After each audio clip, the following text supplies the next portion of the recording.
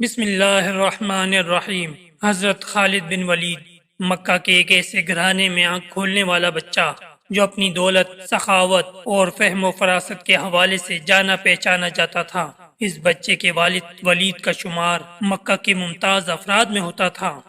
یہ مکہ سے طائف تک پھیلے ہوئے بے شمار باغات کے مالک تھے۔ اہل مکہ انہیں العدل اور الوحید کے القابات سے پکارتے تھے۔ وہ عرب کا پہلا شخص تھا جس نے چوری کی سزا ہاتھ کاٹنے کی تجویز پیش کی، جو بعد ازاں اسلامی نظام میں بھی شامل ہوئی۔ فوجی مہارت میں بھی ولید کا جواب نہ تھا۔ یوں اس بچے کو دولت اور مذکورہ خوبیوں کا سرمایہ ورثے میں ملا۔ بچے نے بڑے شاہانہ انداز میں پرورش پائی۔ اس کے باوجود اسے مردانہ کھیلوں اور فنون حرب ضرب سیکھنے کا جنون تھا۔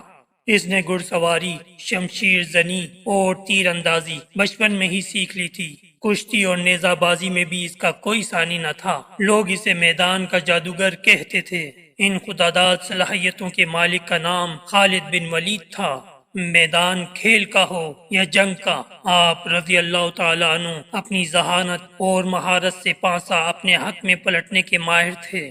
حضرت خالد بن ولید رضی اللہ تعالیٰ عنہ نے کشتی میں مکہ کے بڑے نامور پہلوانوں کو پچھاڑا۔